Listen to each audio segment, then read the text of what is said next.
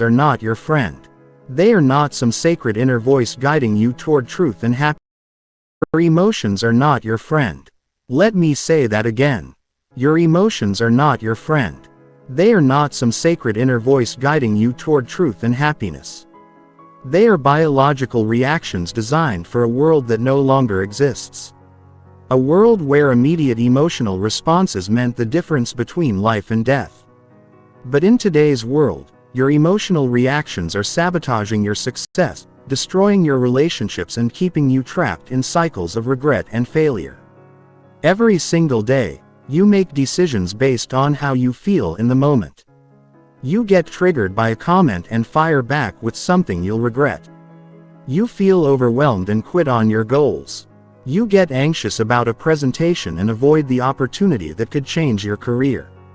You let anger control your words and destroy relationships that took years to build. You are being controlled by chemical reactions in your brain. And you don't even realize it. But here's what the top 1% of high achievers know that you don't. They have learned the most powerful skill in human existence.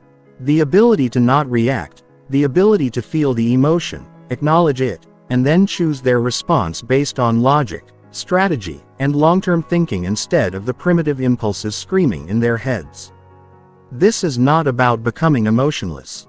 This is not about suppressing your feelings or pretending they don't exist. This is about taking back control of your life by mastering the space between stimulus and response. The space where your power lives. The space where your future is determined. By the time you finish this audiobook, you will never be the same person who started listening. You will have the tools, the knowledge, and the mental frameworks to control your emotions instead of being controlled by them. You will learn how to stay calm under pressure, make better decisions when stakes are high, and build the kind of unshakable inner strength that separates winners from everyone else. Chapter 1. The Hidden Cost of Emotional Reactivity. Most people have no idea how much their emotional reactions are costing them. They think it's normal to get triggered. They think it's human nature to lose control when things get difficult. They think that strong emotions are a sign of passion and authenticity. They are wrong. Dead wrong. And this delusion is destroying their lives in ways they can't even see. Let me paint you a picture of what emotional reactivity actually looks like in the real world. You're in a meeting with your boss and colleagues. Someone challenges your idea in a way that feels disrespectful. Your heart starts racing. Your face gets hot. The voice in your head starts screaming about how unfair this is. How they don't understand your vision. How they're trying to make you look bad. And before you know it, you're defending yourself with an edge in your voice that makes everyone in the room uncomfortable. You've just damaged your professional reputation over a 60-second emotional reaction. Or maybe you're having an argument with your partner about something relatively minor. They say something that hits a nerve. Instead of staying calm and working toward a solution, you escalate. You bring up past grievances. You say things designed to hurt them because you're hurting. 10 minutes later, you've turned a small disagreement into a relationship-threatening fight that will take days to recover from. All because you couldn't control your initial emotional reaction. Here's the brutal truth that no one wants to face. Every time you react emotionally instead of responding thoughtfully, you are training your brain to be weaker. You are reinforcing neural pathways that make you more likely to lose control the next time.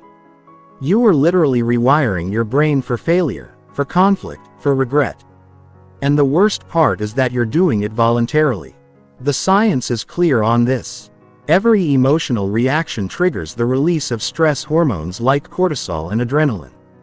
These chemicals flood your system, cloud your judgment, and make it impossible to think clearly.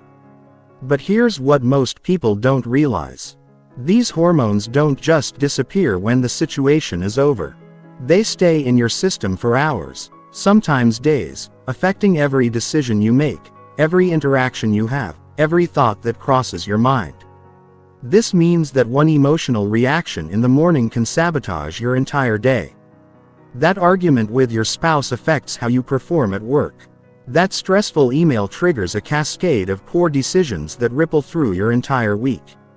You become trapped in a cycle of reactivity where each emotional outburst makes the next one more likely. But the cost goes deeper than just your daily performance. Chronic emotional reactivity literally changes your brain structure. Studies using brain imaging technology show that people who regularly lose emotional control have smaller prefrontal cortexes. This is the part of your brain responsible for rational thinking, planning, and impulse control. In other words, the more you react emotionally, the less capable you become of thinking clearly and making good decisions. The financial cost of emotional reactivity is staggering. Think about every opportunity you've missed because you were too angry, too anxious, or too overwhelmed to think straight. Every relationship you've damaged because you couldn't keep your mouth shut when you were upset.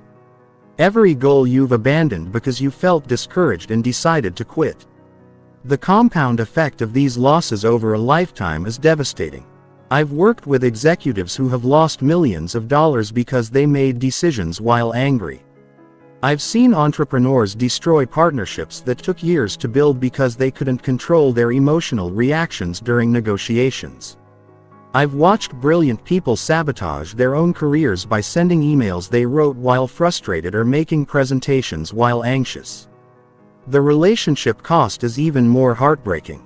Every time you lose control emotionally with someone you care about, you withdraw trust from the relationship bank account. You create distance. You plant seeds of resentment. Over time, these emotional reactions accumulate and destroy the very relationships that matter most to you. Your children watch how you handle emotions and learn that this is normal. Your partner starts walking on eggshells around you because they never know what might trigger you. Your colleagues begin to see you as unreliable and unstable. Your reputation becomes one of someone who can't be counted on when things get tough. But perhaps the highest cost of emotional reactivity is what it does to your relationship with yourself. Every time you lose control, you lose respect for yourself. You know that you're capable of more. You know that you could have handled the situation better. But in the moment, you felt powerless against your own emotions. This creates a cycle of self-doubt and shame that erodes your confidence from the inside out. The good news is that this is completely within your control. Emotional reactivity is not your destiny. It's not written in your DNA. It's not an unchangeable part of who you are. It's a habit. And like any habit, it can be broken and replaced with something better. The question is whether you're willing to do the work to change it. Chapter 2. Why your brain is wired to sabotage you. To understand how to control your emotions, you first need to understand why your brain seems determined to make you lose control. The truth is, your emotional responses are not random or meaningless. They are the result of millions of years of evolution designed to keep your ancestors alive in a world full of immediate physical threats. But the world has changed dramatically and your brain hasn't gotten the memo. Let me introduce you to the most important part of your brain that you've probably never heard of.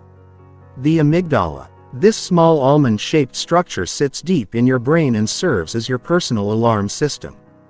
Its job is to scan for threats and trigger immediate responses to keep you safe.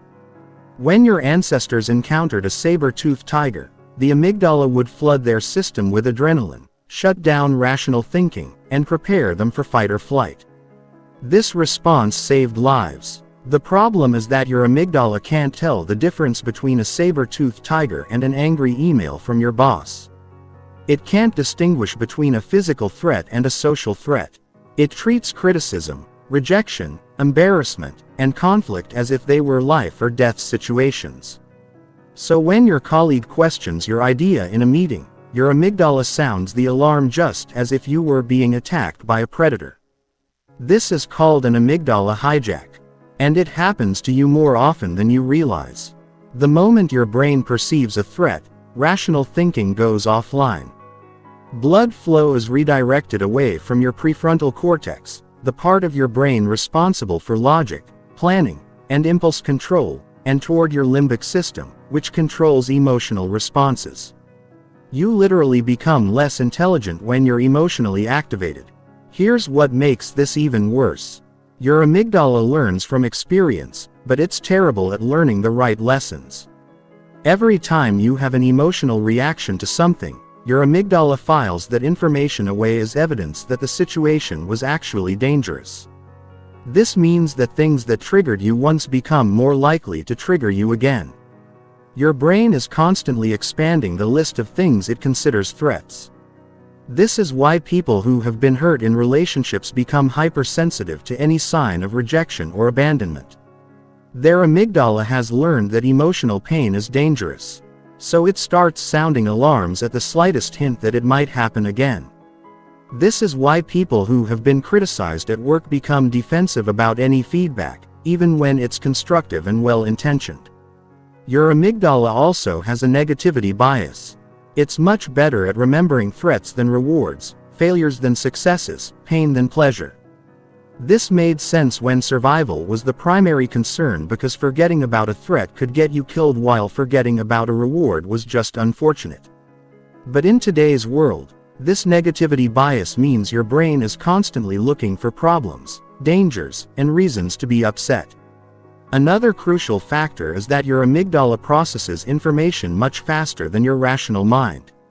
It can identify a threat and trigger an emotional response in as little as 12 milliseconds. Your prefrontal cortex, the rational part of your brain, takes at least 500 milliseconds to process the same information. This means you're reacting emotionally long before you have a chance to think rationally about what's actually happening.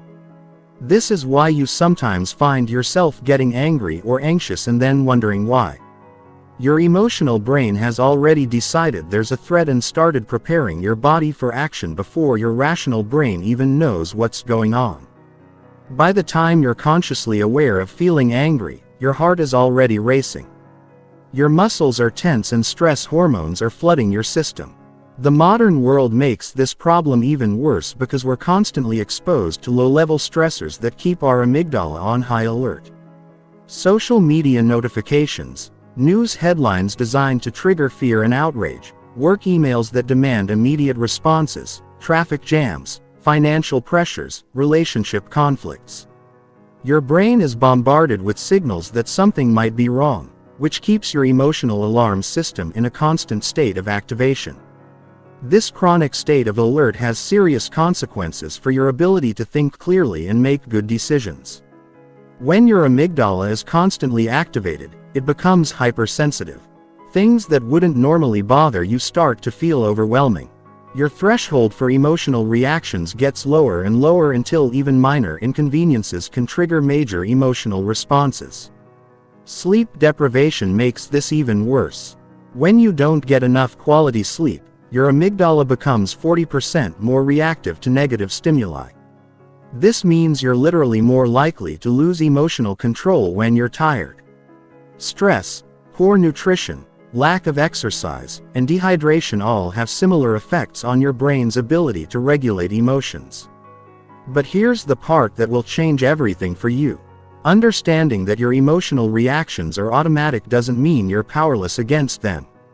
It means you can learn to work with your brain instead of against it. You can train your prefrontal cortex to override your amygdala. You can build new neural pathways that support emotional control instead of emotional reactivity. The key is recognizing that there is always a gap between the trigger and your response. It might be microsecond songs, but it exists, and in that gap lies your power. That's where you can choose to respond instead of react. That's where you can take back control of your life. Chapter 3. The 4 Levels of Emotional Mastery. Not all emotional control is created equal. Most people think that managing emotions is a simple on-off switch.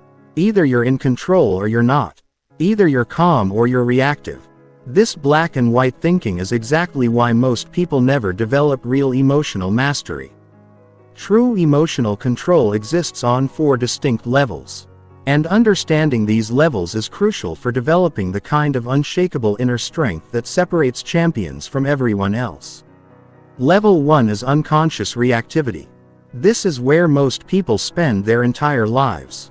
At this level, you are completely at the mercy of your emotions.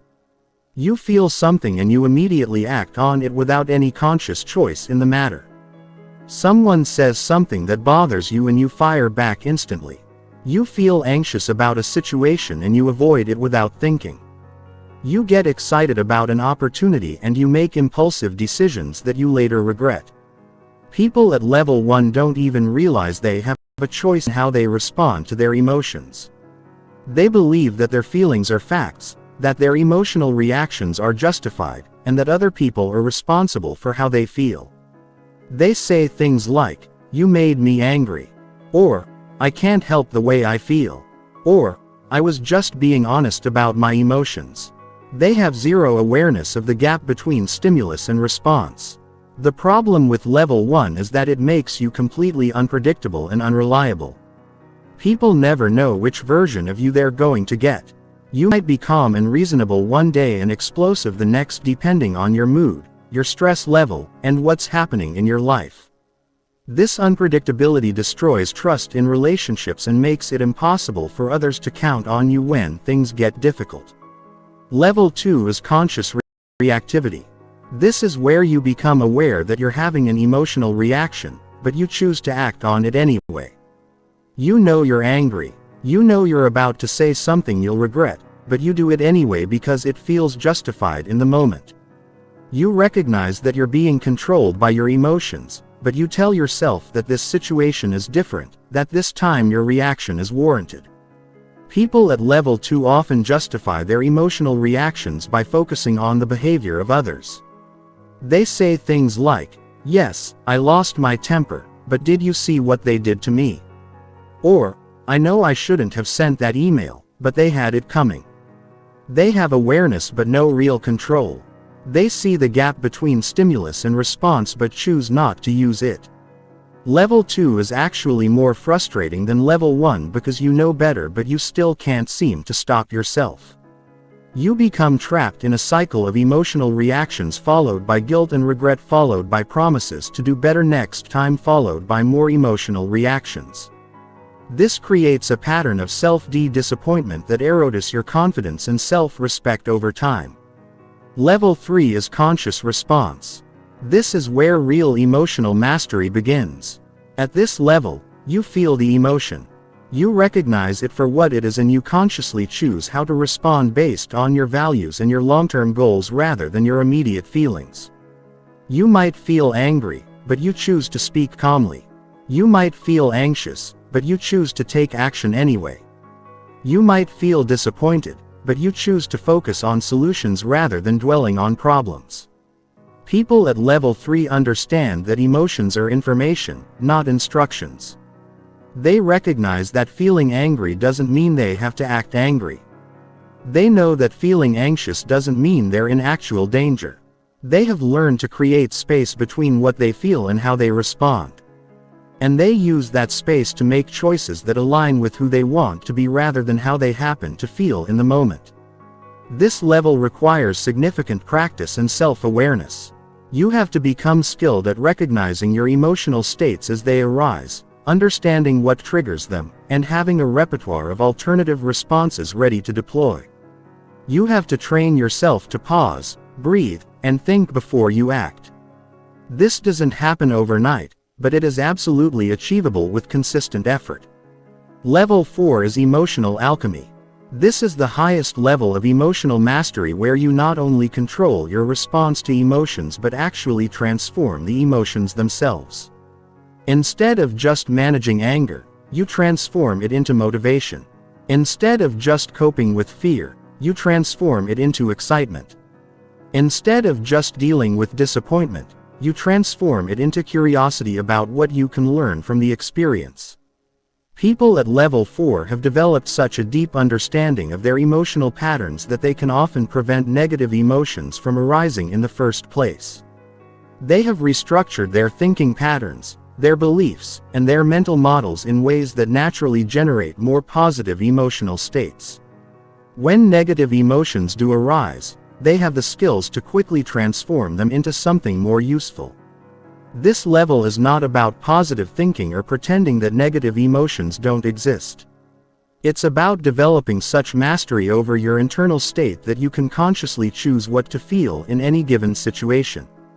You become the director of your own emotional experience rather than just an actor reading from a script you didn't write.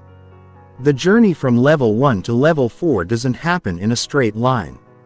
You might be at level 3 in some areas of your life and level 1 in others.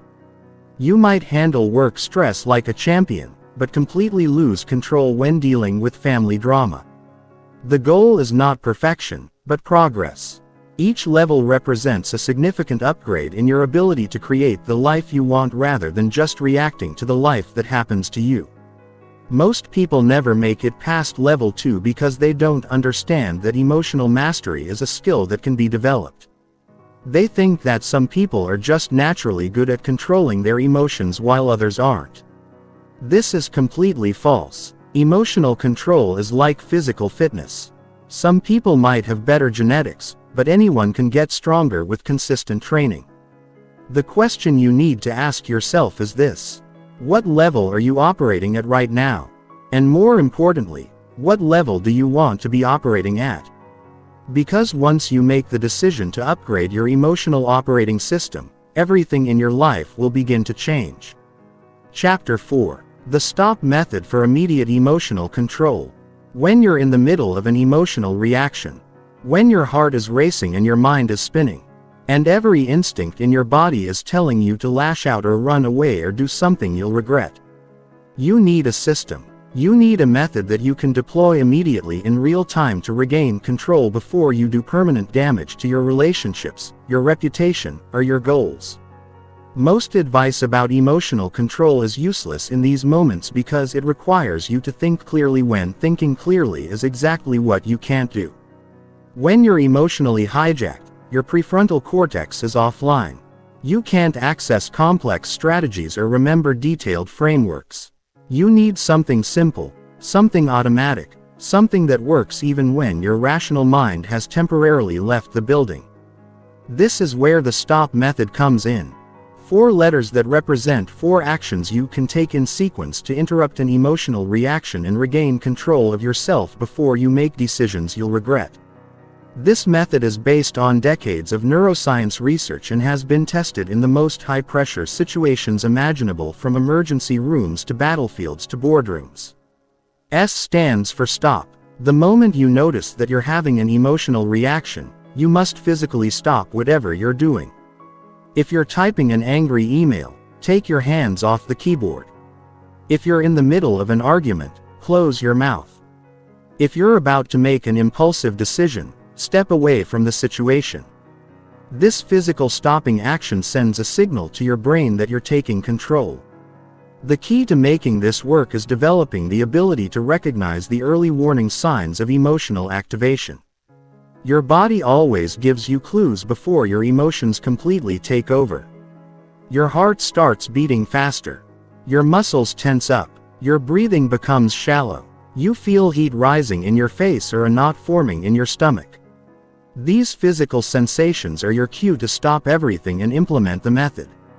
Most people miss these early warning signs because they're not paying attention to their bodies. They're lost in their thoughts, focused on the external situation, completely unaware of what's happening internally until they're already in full reaction mode. Learning to tune into your physical sensations is like installing an early warning system that gives you time to implement control strategies before it's too late. The stop action needs to be decisive and complete. You can't sort of stop or partially stop. You have to completely disengage from whatever you were doing.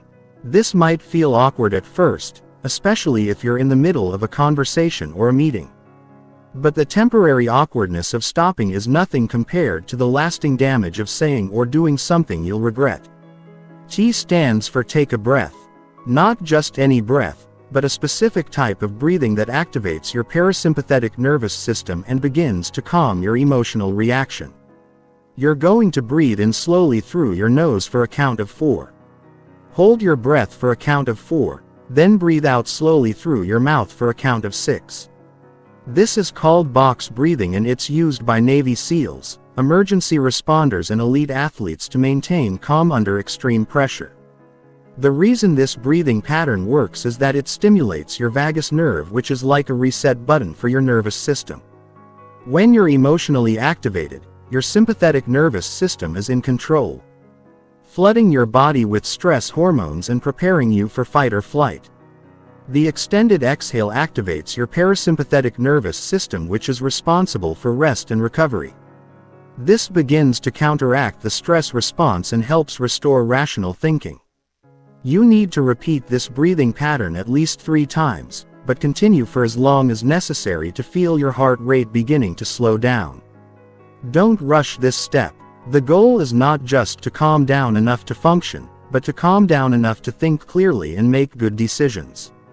This might take 30 seconds or it might take 5 minutes. Give yourself whatever time you need. O stands for observe. Now that you've stopped the action and begun to regulate your nervous system, you need to objectively observe what's actually happening, both internally and externally. What emotion are you feeling?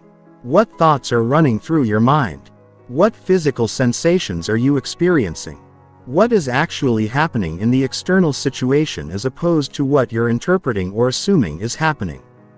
This observation step is crucial because emotional reactions are often based on interpretations rather than facts. Someone doesn't return your text message and you interpret that as rejection or disrespect when they might just be busy. A colleague challenges your idea and you interpret that as a personal attack when they might just be trying to make the project better. Your partner seems distant and you interpret that as evidence they don't love you anymore when they might just be stressed about work. During the observe step, you want to separate facts from interpretations. What did the person actually say or do? What evidence do you have for the story you're telling yourself about their motivations or intentions? What other explanations might exist for their behavior? This process of objective observation helps you see the situation more clearly and often reveals that your emotional reaction was based on assumptions rather than reality. You also want to observe your own internal state with curiosity rather than judgment. Don't beat yourself up for having an emotional reaction. Don't tell yourself you shouldn't feel the way you feel. Just notice what's happening with the same objective interest you might have in watching a nature documentary. This emotional is arising. This thought pattern is active. This physical sensation is present. Information, not evaluation. P stands for proceed. Now that you've stopped the reactive behavior, regulated your nervous system, and objectively observed the situation, you can proceed with a conscious response rather than an unconscious reaction. But this doesn't mean jumping right back into action. The proceed step involves making a conscious choice about how you want to respond based on your values, your goals, and your long-term interests rather than your immediate emotional impulses. Ask yourself what response would be most aligned with the person you want to be and the outcome you want to create. If your goal is to maintain a good relationship with this person, what response would serve that goal? If your goal is to solve a problem, what response would be most effective? If your goal is to maintain your reputation and integrity, what response would support that goal? Sometimes the best choice in the proceed step is to not respond at all, at least not immediately. You might decide that you need more information before you can respond effectively. You might realize that you're still too emotionally activated to respond in a way that aligns with your values. You might determine that the situation doesn't actually require a response from you at all. Other times, the proceed step might involve having a conversation, but approaching it differently than you would have if you had reacted immediately. Instead of defending yourself, you might ask questions to better understand the other person's perspective. Instead of making accusations, you might express how you interpreted their words or actions and ask for clarification. The stop method becomes more powerful the more you practice it. At first, you might only remember to use it after you've already reacted emotionally. That's normal and still valuable because it helps you develop awareness of your patterns. Gradually, you'll start to catch yourself earlier in the process. Maybe after you've started to react, but before you've done serious damage. Eventually, You'll be able to implement the method as soon as you notice the early warning signs of emotional activation. The goal is not to never have emotional reactions. The goal is to never let those reactions control your behavior in ways that work against your best interests. The stop method gives you the tools to create space between stimulus and response. And in that space lies your power to create the life you want rather than just reacting to the life that happens to you. Chapter 5. Advanced Techniques for Emotional Regulation.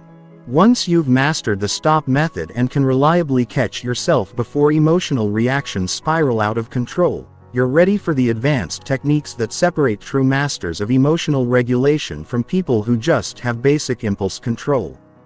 These techniques go beyond damage control and move into the realm of emotional optimization, where you don't just manage your emotions but actually use them as tools for peak performance and enhanced decision-making. The first advanced technique is cognitive reframing. This is the ability to consciously change how you interpret a situation in order to change your emotional response to it. Most people think their emotions are caused by external events. But the truth is that emotions are caused by your interpretation of events. Change your interpretation and you change your emotional experience. Let me give you a concrete example. Imagine you're giving a presentation and you notice that several people in the audience are looking at their phones. Your initial interpretation might be that they're bored, that your presentation is terrible, that you're failing. This interpretation triggers feelings of anxiety, embarrassment, and self-doubt. But what if you reframed the situation? What if you interpreted their phone usage as evidence that they're so engaged with your ideas, that they're taking notes or looking up related information? Suddenly the same external situation triggers completely different emotions. The key to effective cognitive reframing is developing multiple plausible interpretations for any given situation. When something happens that triggers a negative emotional response, force yourself to come up with at least 3 alternative explanations for what's happening. One interpretation that's more positive than your initial reaction, one that's more negative, and one that's completely neutral. This exercise isn't about lying to yourself or engaging in positive thinking. It's about recognizing that your initial interpretation of events is often not the only possible interpretation, and it's usually not the most accurate one. Your brain has a tendency to jump to conclusions based on incomplete information, past experiences, and cognitive biases.